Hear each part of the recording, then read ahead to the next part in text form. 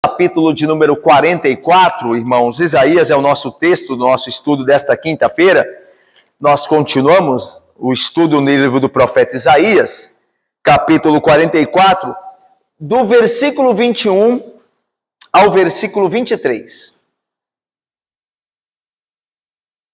Isaías 44, de 21 a 23. Isaías 44, como está ali no projetor, né?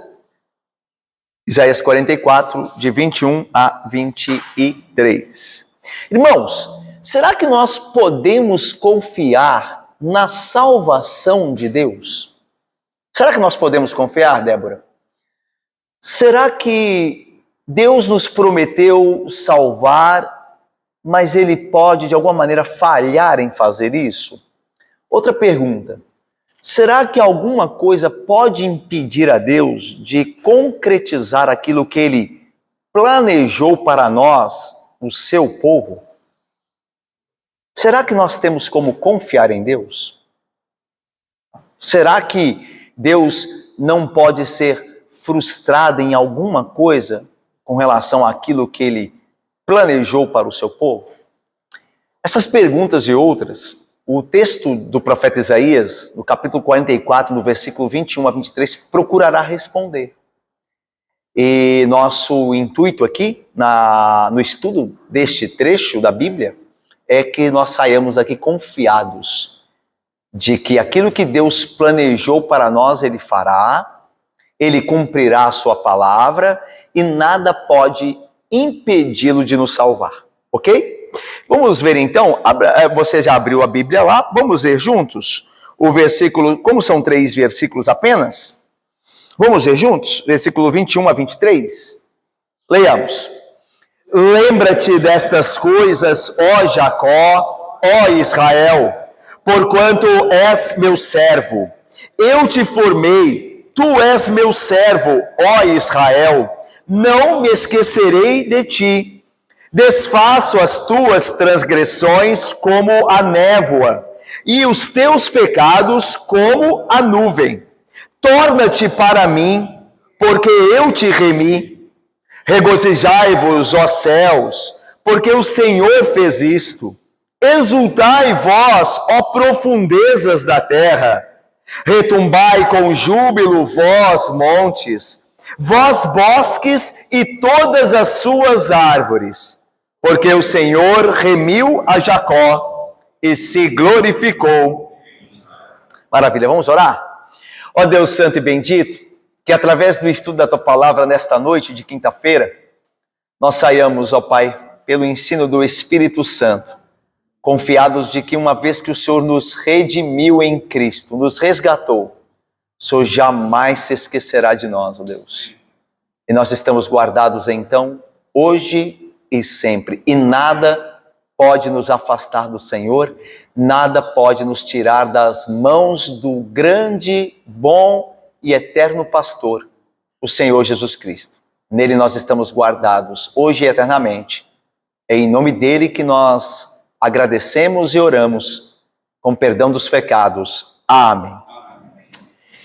Irmãos, vamos para o início do nosso estudo. Lembrando do grande tema que começou Diácono Luiz lá no capítulo 42. E agora, hoje, chega ao seu fim. Este trecho, esta perícope, ela chega ao fim hoje, como vocês veem lá. 44, 23.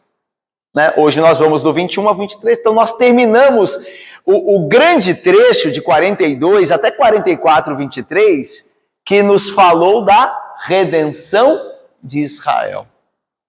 Ok? Vamos a uma introdução breve aqui para nós entendermos melhor o texto que nós lemos. O trecho que nós lemos, 44, 21 a 23, encerra a grande sessão que tem como tema, como vimos, a redenção de Israel. Essa sessão, começada lá no 42, 18, teve como motivo, o primeiro movimento, melhor, Israel indo para o cativeiro, segundo a palavra profética, E em 43, 14 e 21, retornando para casa. Esse é um primeiro movimento. Para a gente entender isso, eu vou continuar aqui, eu explico. O segundo movimento se inicia em 43, 22 e 24, onde termina o primeiro aqui, inicia o outro, com Israel vivendo em pecado. E termina agora, no texto que nós lemos, com o Senhor o chamando para voltar a Ele, uma vez que o Senhor o redimiu. Veja só, Deus tem que resolver dois problemas de Israel, ok? Que tem a ver com os dois movimentos, desde lá do início do capítulo 42. O primeiro problema que Deus tem que resolver de Israel, José, o qual ele trata no primeiro movimento, de 42, 18 até 43, 14, 21, é salvar Israel do cativeiro babilônico. Lembra que quando Isaías escreveu sobre o cativeiro babilônico, ele ainda não tinha acontecido. Certo? Ele está profetizando isso. É como se fosse já uma verdade. Por quê? Porque Deus falou e vai cumprir. Vocês vão para o cativeiro. E Deus tem que resolver esse problema. E Ele não vai deixar o povo lá no cativeiro. Então é uma questão político-geográfica que Deus tem que decidir primeiro. Certo? Tem que tirar o povo dele e trazer para a terra prometida novamente. Tem outro pecado. Melhor, tem outro problema que é mais grave ainda, que é o pecado de Israel. Foi por causa do pecado de Israel que eles foram para o cativeiro. Então não adiantaria Deus nada trazer o povo de volta do cativeiro para Jerusalém e o povo continuar em pecado. Porque eles voltariam a sofrer como sofreram no cativeiro. Então Deus tem que resolver o problema do pecado. Deu para perceber aí? Por isso os dois movimentos. Como começa lá em 42, 18, falando do problema do cativeiro. E no final, lá em 43, 14, 21, quando encerra esse primeiro movimento, Deus vai profetizar o retorno do povo. Só que tem outro problema para tratar, lembra? O pecado. E em 43, 22, 24, Deus fala assim, ó, vocês estão vivendo em pecado, vocês me abandonaram. Ele apresenta outro problema. E agora no final do texto que nós lemos, Deus diz, mas eu vou redimir vocês. Vocês são meu e vocês vão voltar para mim. Deu para ver esses movimentos? Do cativeiro para a terra prometida, do pecado para Deus. Legal?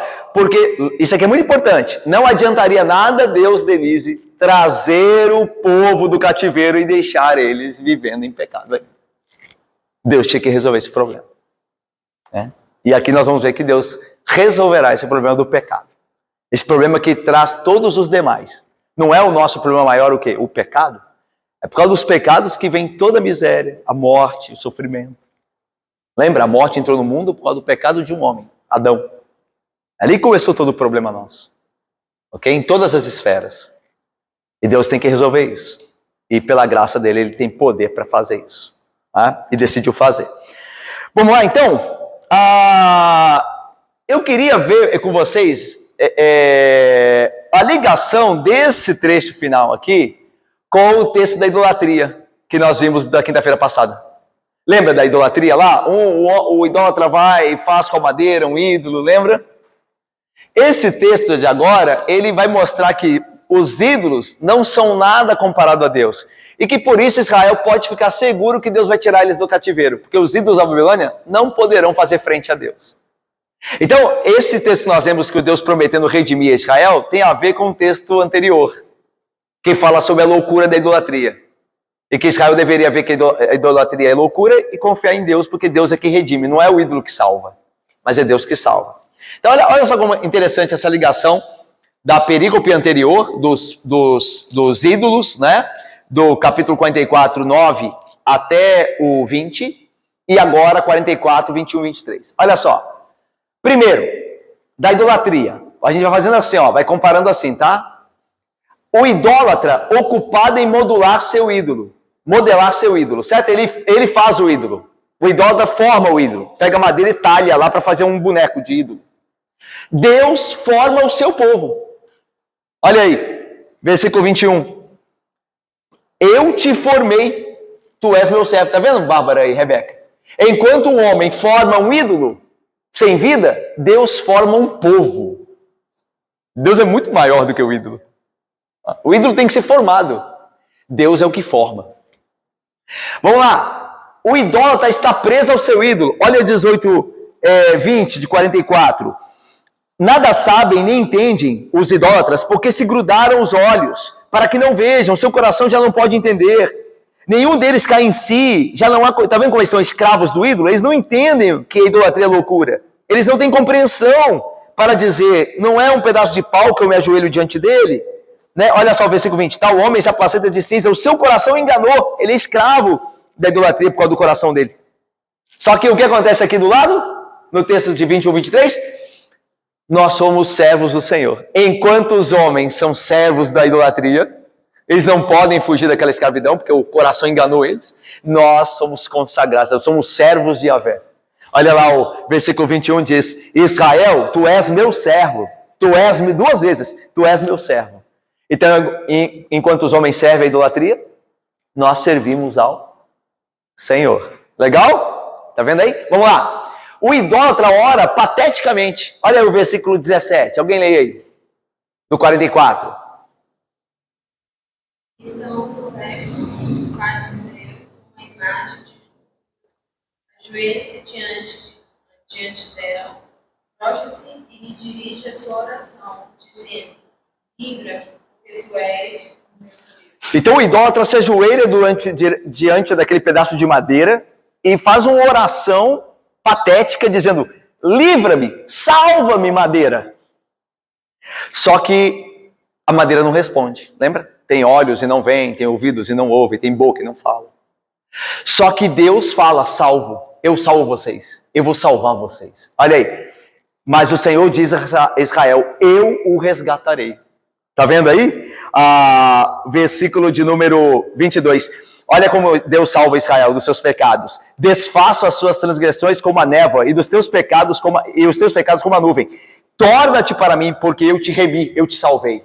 Então, veja, o idólatra diz ao ídolo, salva-me, e o ídolo fica mudo, não pode fazer nada. Mas Deus diz ao povo dele, eu salvei vocês. Tá vendo a diferença? Hein? É incomparável. O Senhor com os ídolos. E por fim, o idólatra se inclina para um bloco de madeira, um pedaço de madeira. Olha o versículo 19, 44. Ele não tem conhecimento e não é capaz de dizer no final aí, ajoelhar-me-ia eu diante de um pedaço de árvore. Ele não consegue entender. Ele está com os olhos cegos, o coração iludido, e ele está lá, se ajoelhando diante de um pedaço de árvore, um pedaço de gesso. Está lá achando que aquilo tem vida e ouve.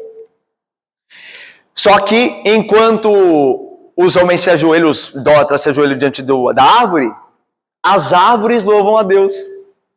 Olha aí, toda árvore é convocada, né, numa simbologia, a regozijar-se no Senhor. Olha aí, versículo de número 23. Exultai, ó profundezas da terra, retumbai com júbilo, vós montes, bosques e todas as suas árvores. Legal, né? Porque, de um lado, lá, o homem está fazendo um ídolo da árvore para se ajoelhar diante dele. Mas a verdade é que as árvores estão a serviço do Senhor, glorificam a Deus. Toda a criação. Ok? Elas não são, a criação não pode dela se formar um ídolo, mas ela foi criada por Deus para glorificá-lo. Daí a ideia de Deus falando, me louvem árvores, bosques, montanhas, céus, profundeza da terra. Então, é interessante ver essa comparação que liga o nosso texto ao texto anterior. Então, lembra que eu falei? Israel pode ser salvo? Claro que ele pode. Quem é que vai impedir Deus? Os ídolos? Olha a comparação, irmãos. Quem são os ídolos? Okay? Então, Deus tem todo o poder e vai salvar o seu povo. Quem vai impedir? Os poderosos da terra? Os magistrados, os juízes iníquos? Eles são mortais, a carne vai morrer. Ninguém pode impedir a Deus. Deus é soberano, poderoso Deus, todo poderoso. Então, a gente tem que ter isso aqui na mente para a gente entrar no nosso texto. Nosso texto ele é dividido, é fácil. Ele é dividido, eles são 3 versículos e cada versículo fala de uma verdade sobre a redenção de Israel, por meio de Deus. Primeiro a primeira ordem, o futuro é assegurado pelo passado. A condição de servo que Israel tem diante de Deus surgindo da obra da formação do Senhor, garante que Israel não será esquecido. Então a ideia é o seguinte, lembra que Paulo vai dizer? Aquele que começou boa obra em vós é fiel para completá-la? É o que Isaías está dizendo, o que Deus está dizendo por meio de Isaías. Ele diz, eu formei vocês, eu não vou esquecer vocês, eu comecei a obra, eu vou terminar. Que maravilha, não? Graças a Deus, né? Eu chamei vocês à fé, diz Deus. Eu enviei o meu Espírito a vocês, eu selei vocês com o meu Espírito, eu vou levar vocês ao céu. Jesus vai dizer, né? Das minhas mãos ninguém pode arrebatar aqueles que meu Pai me deu. Então, essa certeza. O futuro nosso é assegurado pelo passado. Deus nos chamou à fé verdadeira.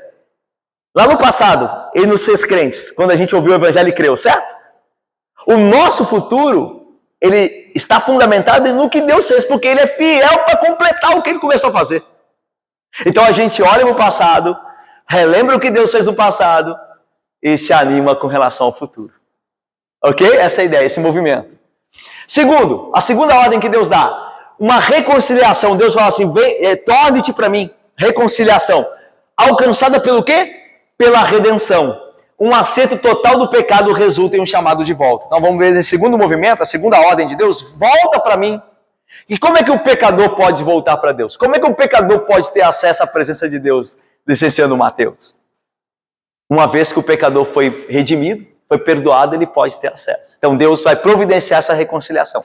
Ele vai perdoar o pecado do seu povo e vai limpar o seu povo, de maneira que o seu povo agora pode atender o convite, atender o chamado, dizendo, vem para mim, torna-te para mim. Ok? Então isso traz uma reconciliação segura, alcançada por uma redenção. E a terceira ordem de Deus ordenando a criação a louvá-lo, né? O resultado universal de uma obra particular. Ou seja, Deus redimiu o seu povo, toda a criação está envolvida nisso. Toda a criação pode se regozijar no que o Senhor propôs para Israel. Isso aqui é muito bonito, né, irmãos? Pensar que todo o cosmos, ele aguarda, né, a expectativa de todo o cosmos é a revelação dos filhos de Deus. Lembra o que Paulo vai dizer? Toda a criação suspira, aguarda a revelação dos filhos de Deus, porque ela ali será liberta do cativeiro, o qual Adão colocou sobre ela. Quando os filhos de Deus forem aperfeiçoados, então a criação terá o shalom de Deus, a paz de Deus. Aí que Isaías vai dizer no capítulo 11, então a glória do Senhor encherá a terra, como as águas cobrem o mar. A criação espera isso. Todo animalzinho de estimação, animal selvagem, todos eles esperam esse dia. A criação está aguardando. Então Deus não é um Deus só de um povo. Deus é o Deus de todo o universo. E o universo espera o dia da revelação dos filhos de Deus, o grande dia de Cristo. Isso aqui olha do que nós fazemos parte. Veja do que nós fazemos parte. Deus escolheu as coisas fracas desse mundo como nós somos. A nossa reunião aqui, irmãos, tem eventos nesse mesmo momento acontecendo muito maiores do que o nosso aqui. Para o mundo isso aqui não tem importância nenhuma. Mas veja o que está envolvido na nossa salvação. Isso é poderosíssimo. Então vamos lá, entrando no texto. Vamos primeiro à primeira parte aqui, versículo 21. É a primeira ordem, o futuro assegurado pelo passado. Olha aí, lembra-te dessas coisas, ó Jacó e Israel, porquanto és meu servo. Eu te formei, tu és meu servo, ó Israel, não me esquecerei de ti. Mais uma vez, irmãos, Deus ordena ao seu povo que se lembre. Lembra-te dessas coisas, ó Jacó, ó Israel. É interessante, né, que Jacó foi feito servo de Deus, né? Lembra quando ele mudou o nome, né? Lembra? De Jacó, o enganador, para Israel, aquele que lutou com Deus e prevaleceu. Então a ideia de que Israel, o pecador, será feito finalmente servo de Deus. E lembra que quando a gente fala de Israel aqui, ele está figurando o quê? A igreja, ele é a figura da igreja, não está falando de etnia aqui. Israel a nação é um exemplo só para o que Deus faz à igreja, tá? É o povo dele que será chamado entre os pecadores para ser transformado em servo. Então, mas aqui tratando com a nação, né, como este símbolo, né, da redenção, lembra-te dessas coisas, ó Jacó e Israel, porquanto és meu servo. Então, irmãos, essa questão do lembrar, do trazer a memória, do relembrar o que Deus faz, é importantíssimo na Bíblia. Não só no Antigo Testamento, quanto no Novo. No Novo, por exemplo, nós temos um sacramento, um memorial. Nós aqui na igreja, nós celebramos um memorial da nossa redenção, que é a Santa Ceia. E toda vez que nós celebramos, nós estamos relembrando o que Cristo... Então, lembra-te destas coisas, ó Israel. É Jesus Cristo falando, quando vocês comerem e beberem, vocês estão proclamando a minha morte até que eu venha. Estão relembrando essas coisas, a salvação, a redenção que eu trouxe a vocês. Então veja, não é uma coisa só do Antigo, é do Novo também, essa importância de relembrarmos as obras de Deus a nosso favor. E por que isso? Porque és meu servo. A ideia aqui Israel é chamado de servo aqui para que meditasse nessa bendita posição que Deus lhe deu, de pecadores a servos.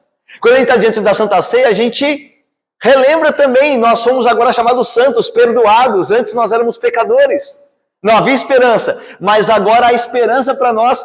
Então na Santa Ceia, Débora, Silvia, José, Anésio, André, Isabelle, Presbítero Marcelo, nós lembramos da nossa posição em Cristo agora, nós estamos perdoados. Quando você vem domingo na igreja, né? Num domingo de Santa Ceia, você vem, como eu também, tendo pecado diante do Senhor durante a semana. Porque nós tropeçamos, como disse Tiago, em muitas coisas. Só que ali nós somos lembrados da nossa nova posição pela misericórdia de Cristo. Nós fomos perdoados, nós estamos justificados pelo sangue de Cristo. Nós estamos em paz com Deus. É uma nova posição. Daí a ideia, lembra-te, ó Jacó e Israel, tu és meu servo, olha o que eu fiz com vocês. Eu redimi vocês para vocês me servirem. Do pecado eu lhes trouxe a verdadeira religião, a verdadeira piedade. Lembra quando Abraão foi chamado em Ur dos Caldeus? Ele era um idólatra, lembra? Até as mulheres saem de lá, né, com ídolos. A família dele lá, a família pagã. E agora Abraão foi feito servo de Deus. E a sua descendência também. Então essa é a ideia. Deus também nos tirou, irmãos, de um contexto pagão.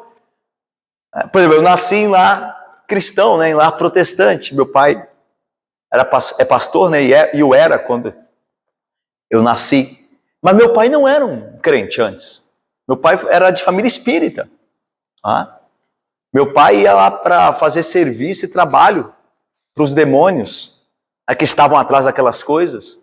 A minha avó mexia com tudo isso, meu avô também. Ok? É disso que Deus está falando. Veja o que eu fiz a vocês. Eu formei vocês. Vocês são meus servos agora. Lembra dessas coisas. Vocês têm que ter uma vida nova. Vocês têm que viver de acordo com essa realidade. Uma realidade que começou no passado, mas que colocou vocês agora num status novo. E vocês devem viver segundo essas coisas que eu fiz a vocês. E aí diz mais, eu te formei, tu és meu servo, ó Israel. E a ideia é interessante, Deus não formou, lembra aqui do contraste, né? Enquanto os ídolos são formados, Deus está formando um povo. E veja, Deus formou um povo, não foi só para ter ali um povo, mas para aquele povo passar a servi-lo. Daí, eu te formei, tu és meu servo. Então a ideia de que quando Deus nos redime, quando Deus nos salvou em Cristo, Ele nos salvou para nós servi-lo, para que nós o sirvamos. Não é para agora a gente viver no bem bom, perdoado aqui, fazer a nossa... Não! É para viver para a glória dEle. Como Paulo diz, eu sou agora escravo de Cristo. Servo de Cristo. Para isso que Ele me formou. Então quando nós somos salvos, nós não fomos salvos para viver de acordo com nossa vontade, não. Mas agora para viver para aquele que nos amou. Viver para aquele que nos remiu poderosamente em Cristo. Nós somos dele. Aliás, nós sempre estaremos servindo alguém, não é assim? As pessoas não crentes podem falar para você assim, você é escravo da religião, escravo da igreja. Fica servindo essas coisas aí, né? Eu sou livre. Livre nada, escravo do vício, da pornografia, escravo de futebol, escravo de bebida, escravo de um monte de coisa. Não pense você, por ele não estar servindo a Deus, que ele não esteja servindo outra coisa. Escravo da internet. Escravo de uma tela de computador. Escravo. Escravo. Não tem mais vida. Não sabe falar um oi para uma pessoa na rua. Não sabe mais, porque não vive mais aquilo.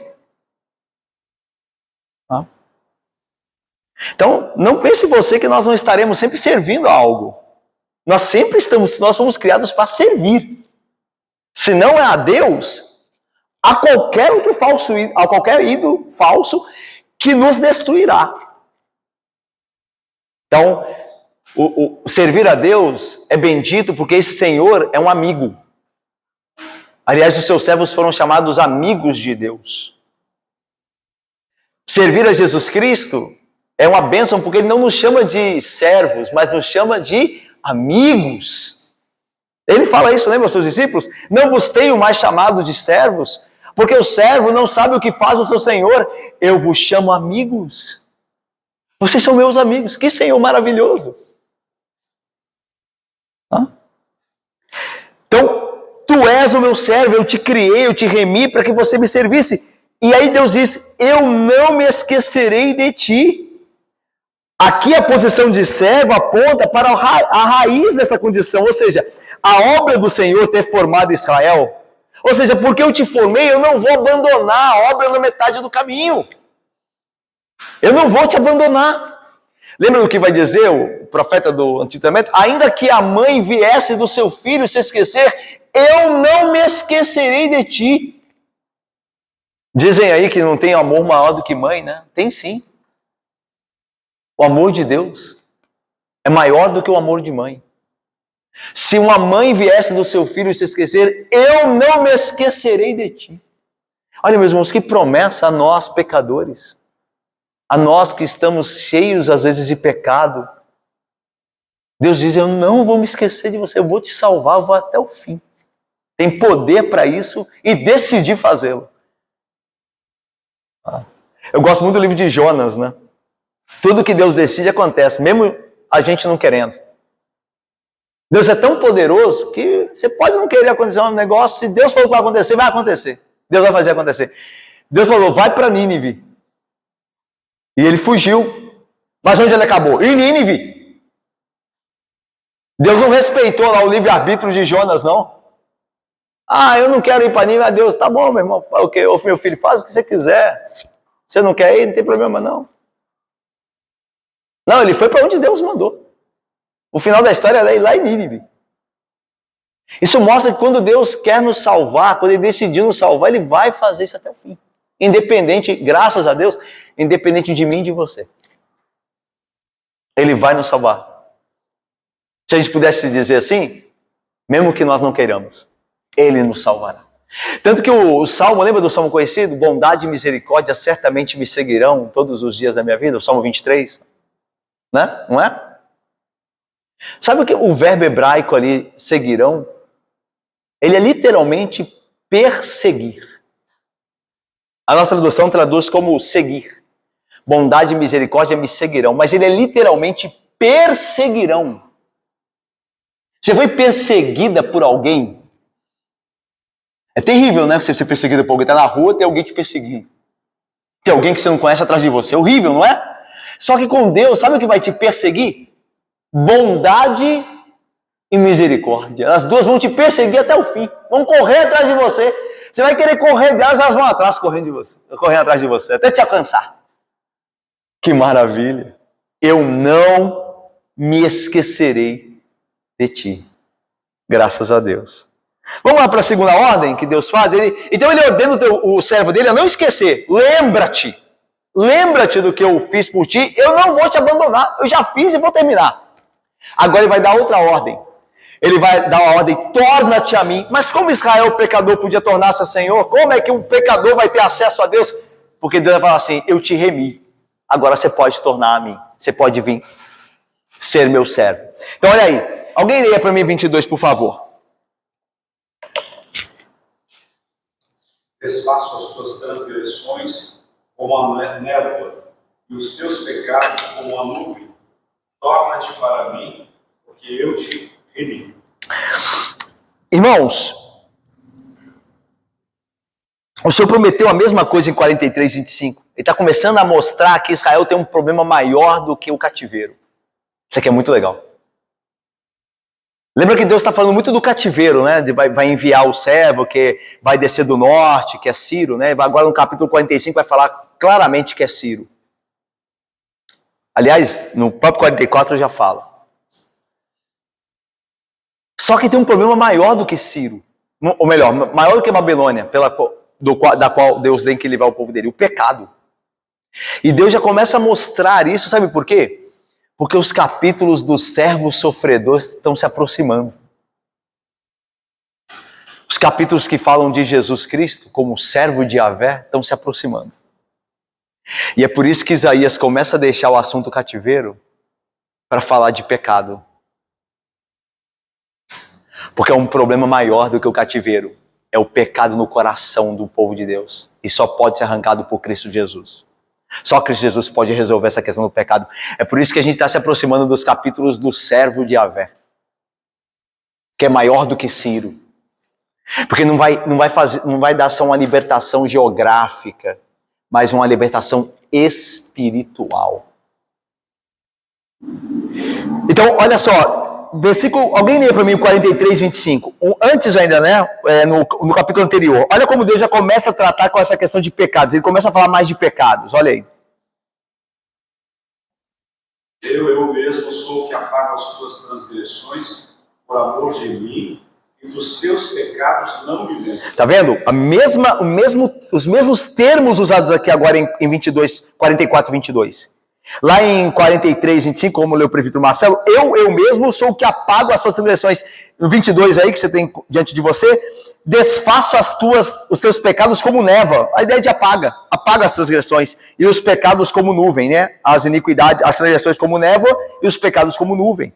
A ideia de pecados como nuvem, né? As transgressões como névoa, a ideia não é, o significado aqui, não é que o pecado, ele é tão, como é que fala? Ele é tão substancialmente não importante como a nuvem que ele pode ser desfeito facilmente. A ideia é assim, o pecado para nós é algo terrível. Ele não é como a nuvem. É porque a nuvem não é substancial, né? A nuvem você faz assim, ó, ela some. E o pecado não é, o pecado é duro. O pecado é terrível, o pecado leva à morte. O salário do pecado é a morte. Então não é algo fácil como a nuvem. Mas a ideia de que Deus é tão poderoso, está tão envolvido em redimir seu povo, que o pecado deles para Deus serão tirados, destruídos, como se desfaz uma nuvem.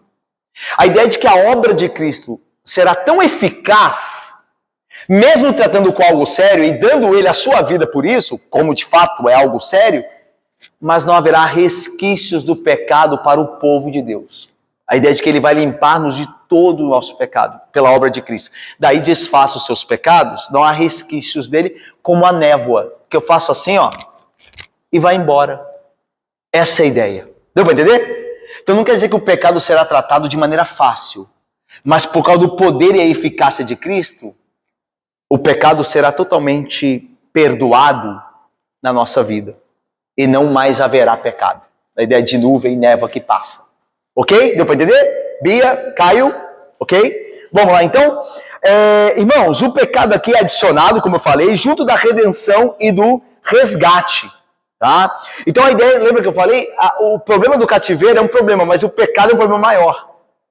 Se você só resolve o cativeiro, a questão político-geográfica de Israel, e leva ele para a Terra Prometida novamente, para Jerusalém, e não resolve os pecados, daqui a pouco vem outro cativeiro. Ok? Vem outras consequências do pecado. Então, é a mesma questão, por exemplo, os homens Vou dar um exemplo. Alguém é solteiro, vive de maneira promíscua, né? Um jovem solteiro, uma jovem solteira, de maneira promíscua, e ela acha que o casamento vai mudar. Já viram? O cara vai casar, vai virar alguém sério. Casamento não muda ninguém. Casamento não pode mudar alguém. Você já viu casais que estão passando uma crise, estão brigando muito? Aí o que eles falam? Qual que é a sacada? Vamos resolver isso fazendo o quê? Fazendo uma viagem. Vamos fazer uma viagem para o exterior, vamos passear, Isso não vai resolver nada. Porque o problema do coração. Tá vendo como os homens, eles acham que resolver os problemas é coisa só de mudar de local, é ter dinheiro. Eu tô triste, vou sair no shopping para comprar algo. Lembra? Tô triste, vou sair para comprar. Isso não muda nada, não vai resolver nada. Vai chegar em casa, vai continuar triste. Isso é uma questão do coração. É por isso que o Israel, a questão não era só transportá-los de um lugar para o outro, mas mudar o coração deles. Deus tem que tratar o pecado deles. Quando você trata o pecado, você pode estar no lugar que for, no pior lugar, na pior situação, você está em paz. Lembra de Adão? Adão estava num paraíso, mas tudo foi colocado em risco, como de fato foi, por causa do pecado. Então, estava no melhor lugar, mas com o pecado adiantou o quê? Nada, perdeu tudo. No melhor lugar. Lembra de Enoque? O sétimo depois de Adão? Lá de Gênesis. A Bíblia diz que ele vivia no meio dos pecadores. Vê no meio daquela época lá, antes do dilúvio, onde a violência crescia na face da terra, lembra? E a Bíblia diz que Enoque andava com Deus. E já não era porque Deus o tomou assim. Eu vi um sermão do Stuart Olliott. Gente, eu nunca vi um sermão. Eu tenho 2 sermões na minha vida que eu não esqueço. Um é do reverendo Cleómenes, sobre Abraão entregando Isaac, lá na Sexta Igreja de Belo Horizonte. E o outro é do reverendo pastor Stuart Olliott, na Fiel, ano de número, acho que é 2017 ou 2016. Quando ele fala de Enoque andou com Deus, esse texto de Gênesis. Esse sermão, meus irmãos. Ele vai dizer que Deus amava tanto Enoque, e Enoque o agradou tanto que Deus não esperou Enoque morrer. Deus tomou Enoque para ele. Porque Enoque andou com Deus. Isso aqui é maravilhoso. Então veja, Enoque andou com Deus no meio de um mundo caído. Adão pecou no melhor lugar, no paraíso. Deu para entender? O que define o coração. Esses dias eu estava conversando com um psicólogo, né? E conheci um rapaz que é psicólogo, ele falando que conhece uma mulher da elite aqui de Niterói, mora aqui em Caraí. E ela é cheia de problemas, tem muito dinheiro e cheia de problemas. Personalidade complicada, problemas mentais. E é podre de rica. Veja, o que adianta? O que adianta o dinheiro? A gente mesmo, né? Quando a gente é pobre, acha que o dinheiro vai mudar a gente. Tem pessoas que não têm o pão, não são ricas, têm o necessário e são felizes em Cristo. Estão satisfeitas. Então essa ideia, Deus tem que resolver o problema do coração. Porque o nosso grande problema é o problema do coração, é do pecado. É o nosso grande problema. E Deus vai resolver isso com Israel, como de fato o resolveria em Cristo. Porque eu te remi, torna-te para mim, eu vou acabar com os seus pecados, e você vai poder passar a me servir, porque tu és meu servo, vai poder vir até a mim, torna-te a mim. Então aqui é uma ordem de Deus, não é um convite, aqui é uma ordem. Eu te remi, eu perdoei os seus pecados, agora você é meu. Eu te resgatei, a ideia de resgate, eu paguei o preço, agora você é meu. Torna-te para mim. Volta aquela ideia, né, de Deus ter salvado alguém para esse alguém ser de Deus. Tá? Então, quando Deus nos salvou, é para que nós sejamos dele, porque ele pagou o preço. Lembra que Paulo vai dizer? Vocês não foram comprados, nem com ouro, nem com prata, com coisas perecíveis, mas pelo precioso sangue de Cristo, como cordeiro sem mácula. Então, a ideia de que Deus nos comprou, a ideia de remir aqui é isso, é o preço do resgate. E por isso que Deus diz, vem para mim. Torna-te para mim, porque você agora é meu. Eu te comprei. Então essa ideia é outra ordem de Deus. E vamos terminar? Terceira ordem, que a criação está toda envolvida nisso. Vamos lá? Alguém lê para mim 23, por favor. Alegrem-se, ó céus, porque o Senhor fez isso. Exultem, ó profundezas da terra. Cantem de alegria, vocês, montes, vocês, bosques, todas as suas árvores, porque o Senhor remiu Jacó e se glorificou em Israel. Vocês estão vendo no texto que Deus é que faz tudo? Deus faz tudo. Eu te formei, tu és meu servo. Torna-te a mim, eu te remi. E aqui agora, porque o Senhor fez isto. Tá vendo? É Deus fazendo. Porque a salvação vem de Deus. Lembra de Jonas, quando ele saiu do peixe? Quando ele orou melhor no peixe, dentro do ventre do peixe? Porque a salvação é do Senhor. A salvação é do Senhor. Ele que faz tudo. É claro que Deus espera que nós respondamos. A gente viu isso aí no versículo 22, diz lá, torna-te a mim. Então há uma resposta nossa. Deus espera que o povo dele se volte para ele, uma vez que ele o remiu. A gente já vê aqui no final, na aplicação, essa verdade. Que embora Deus faça tudo na salvação, ele espera que o seu povo responda de acordo com o que ele fez por ele.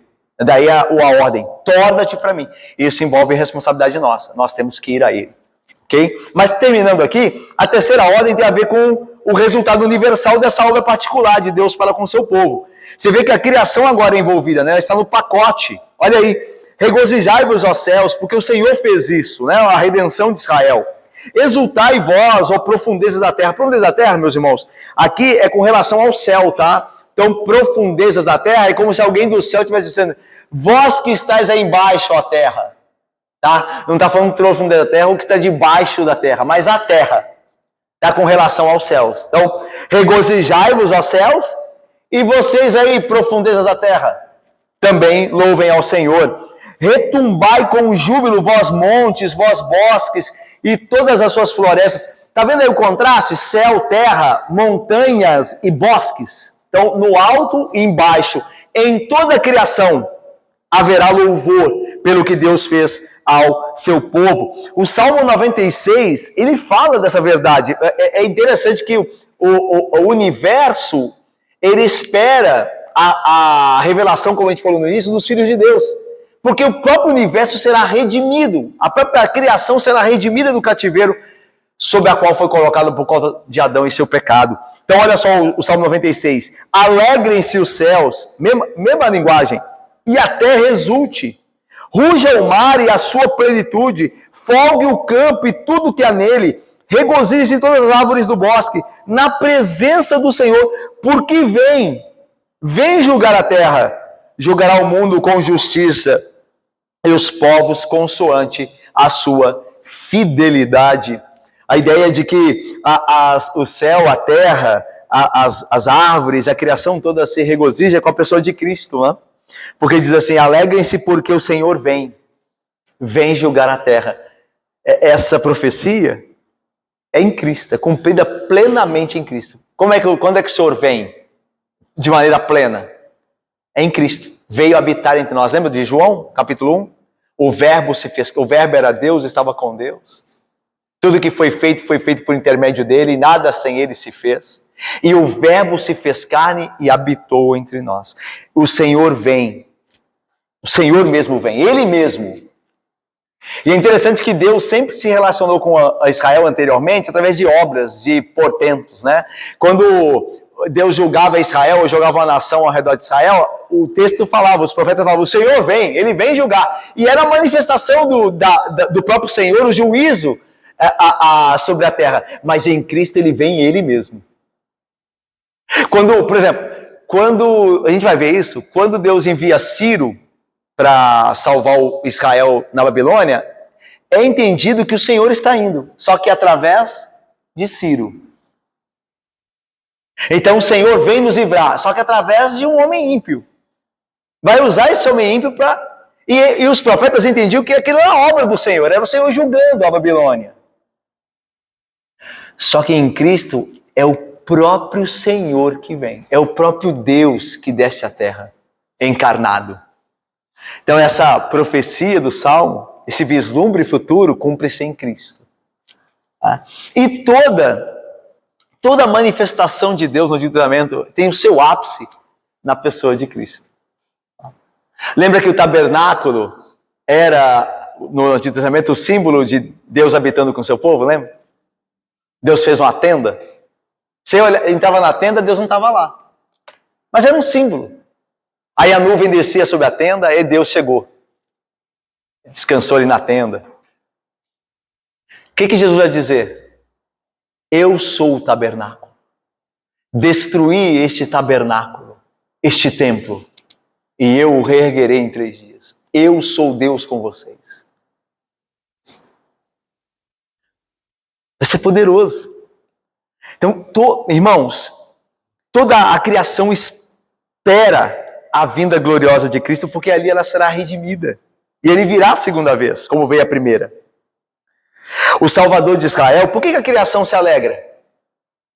Por que a criação se alegra com a redenção de Israel pela mão do Senhor? Por quê? Porque o Salvador de Israel é o Criador do mundo. Por que o mundo vai se alegrar? Por que a criação vai se alegrar no dia que for revelado os filhos de Deus, na volta de Cristo, quando nós nos juntarmos com Cristo, a igreja? Por quê? Porque Jesus é o Criador do mundo, é dono de tudo que existe, e todas as coisas se alegrarão por Ele e pela obra dele para com o seu povo. Daí Deus está convocando a criação e mostrando aos israelitas na Babilônia que os deuses que a Babilônia crê, que mandam na criação, não são nada. Já vimos que os ídolos na nação são madeira. E que as árvores do bosque estão a serviço de Deus. Porque do Senhor é a terra, o mundo e os que nele habitam. Tudo é de Deus. Tudo é de Deus nesse mundo. E aí termina. Porque o Senhor remiu a Jacó e se glorificou em Israel. É interessante que o verbo aqui, remir e glorificar, estão no perfeito, né? Do hebraico, que significa a ideia de algo que aconteceu no passado, algo que acontecerá no... que é dito aqui que aconteceu no passado, é traduzido como passado, mas é um futuro completo, né? Então, você vê o verbo aqui? Porque o Senhor remiu a Jacó, está no passado, não é? Mas a ideia, olha só, a ideia de algo que vai acontecer dado como certo. O hebraico tem isso, né? A ideia de... Tem 2 modos do verbo hebraico, né? O perfeito e o imperfeito, né? Mateus está fresquinho, hein? Que saiu do perfeito e imperfeito. O perfeito é uma ação já completa. E o imperfeito é uma ação que é incompleta ou que está sendo completada. Aqui está no perfeito, os 2 verbos, remiu e glorificou. A ideia de algo que vai acontecer ainda, mas que já é dado como acontecido. Por quê? Porque o Senhor prometeu, Ele fará. Então, a tradução do verbo é no passado. Ele remiu a Israel. Bom, mas nós estamos no cativeiro ainda. Mas vocês vão ver. É tão certo que a gente já coloca o verbo no passado. Ok? Então, essa é a ideia. O Senhor remiu, Ele ainda faria. Como fez. Tanto tirou Israel do cativeiro, como enviou Jesus Cristo para salvar o verdadeiro israelita. O Israel eleito de Deus, que é a igreja. Ele está fazendo isso também. E já fez na cruz. Então, tudo que o Senhor faz é certo. Tudo que Ele promete é certo.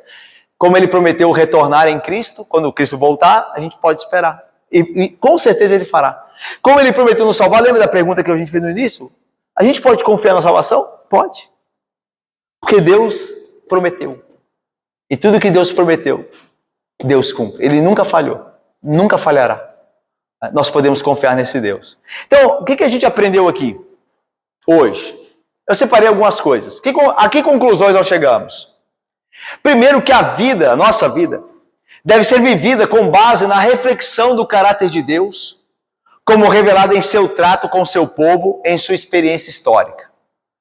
O que define, em última instância, a maneira como vivemos, eu e vocês aqui, não é o ambiente no qual estamos inseridos, não é o nosso contexto político, ou o estado da sociedade, se vai mal ou vai bem, no nosso caso vai muito mal.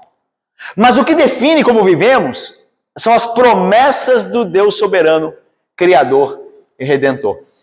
O crente está sempre alegre. Por quê? Porque ele é algum tipo de bobo.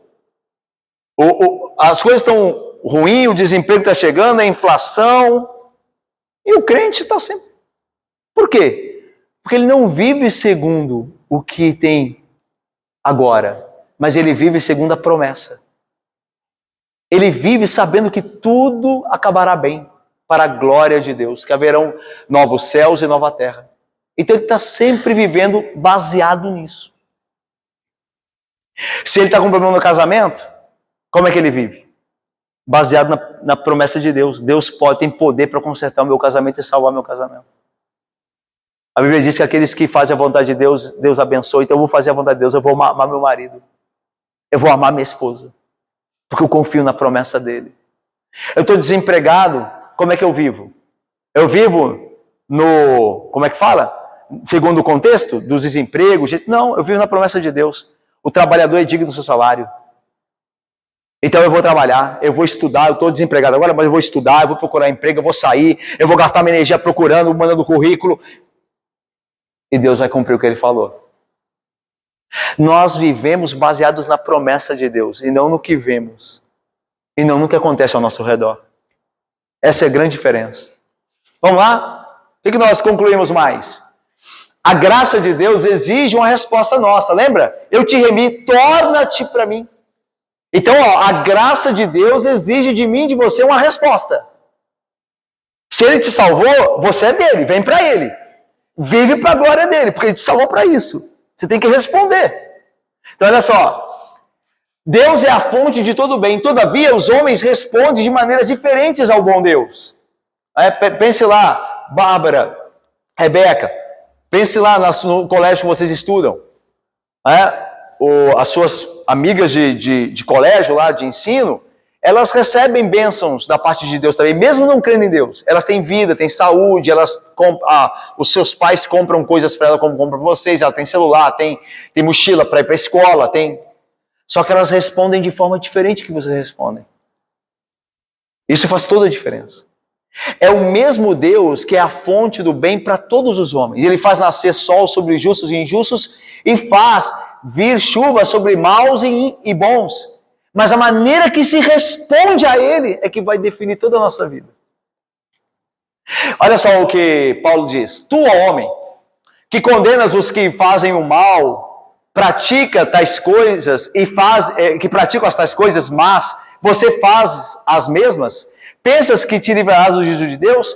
Ou você despreza a riqueza da bondade e tolerância de Deus e longanimidade, ignorando que a bondade de Deus é que te conduz ao arrependimento? Ou seja, Ele está sendo bom para você e espera que você responda isso em arrependimento. Mas segundo a tua dureza e coração impenitente, que não responde a Deus segundo a bondade dEle, acumulas contra ti mesmo ira para o dia da ira e revelação do justo juízo de Deus, que retribuirá a cada um segundo a resposta que dará a Deus, ou seja, segundo o seu procedimento. Então Deus é bom para todos os homens. Ou seja, Ele dá da sua graça conservadora, da sua graça comum, que alguns teólogos chamam, a todos os homens. Mas o que vai definir o nosso destino é como nós respondemos a Ele. Ainda mais nós, povo de Deus, nós que falamos que somos crentes. Então, se nós somos salvos, então nós devemos nos tornar para Deus. Nós devemos ser deles. Eu te remi, torna-te a mim. E terminando, o Senhor não só redime seu povo, mas também toda a criação. Esse ponto ressalta a soberania de Deus sobre o cosmos. Deus não é Senhor só da igreja, do povo dele. É Senhor de todas as coisas. Deus, através de Cristo, fará novas todas as coisas. E aquele que está assentado no trono, que é Cristo, disse: eis que faço novas todas as coisas. Por isso que a criação se alegra na redenção do povo de Deus e na glória que há de ser revelada, porque ela será feita nova. Perguntas que nós devemos fazer uma vez tiradas essas conclusões. Temos rememorado os feitos de Deus em nossa vida ou nem mais nos lembramos de sua graça maravilhosa? Você tem lembrado como Deus já te salvou no passado? Como Ele te tirou daquele aperto? Como Ele consertou aquilo que nós tínhamos destruído? E como Ele amavelmente consertou a nossa vida? Ou isso é coisa do passado e você nem lembra mais? Essa é uma pergunta. Lembra-te ó Jacó, ó Israel, lembra-te que eu é que faço todas essas coisas. Ok? Lembra-te disso. Lembra aquela vez que você estava orando, pediu uma bênção, aí Deus te deu através do seu pai e da sua mãe? Lembra dessas coisas?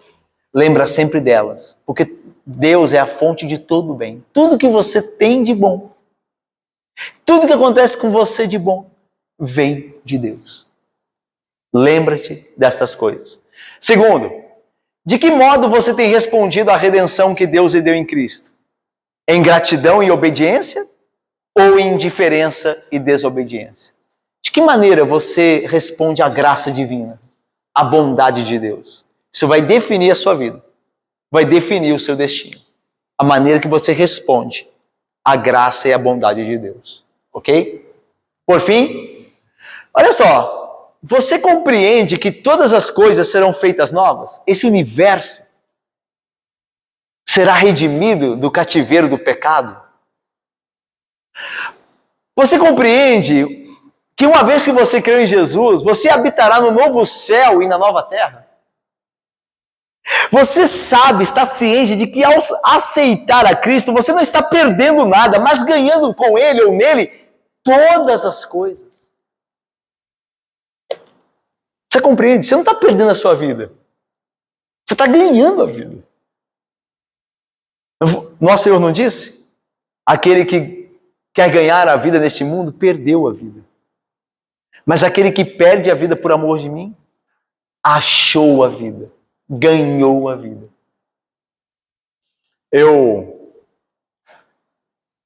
Às vezes eu falo com a Daiane, que tem tanto lugar no mundo para conhecer, né? E é tão pouco tempo, né? E também no nosso caso, né? Tão pouco dinheiro, né? É tão pouco tempo e tão pouco dinheiro para conhecer todos os lugares maravilhosos do mundo, não é? Mas na eternidade, nós teremos todo o tempo do mundo. Todo o tempo do mundo.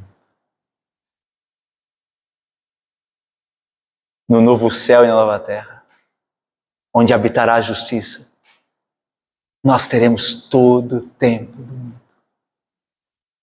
Você não está perdendo nada em dedicar sua vida a Cristo agora e abrindo mão de muitas coisas. Você não está perdendo, você está ganhando todas as coisas.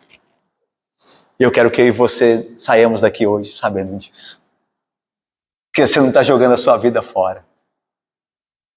Que você ganhou a vida em Jesus Cristo e todas as coisas dele.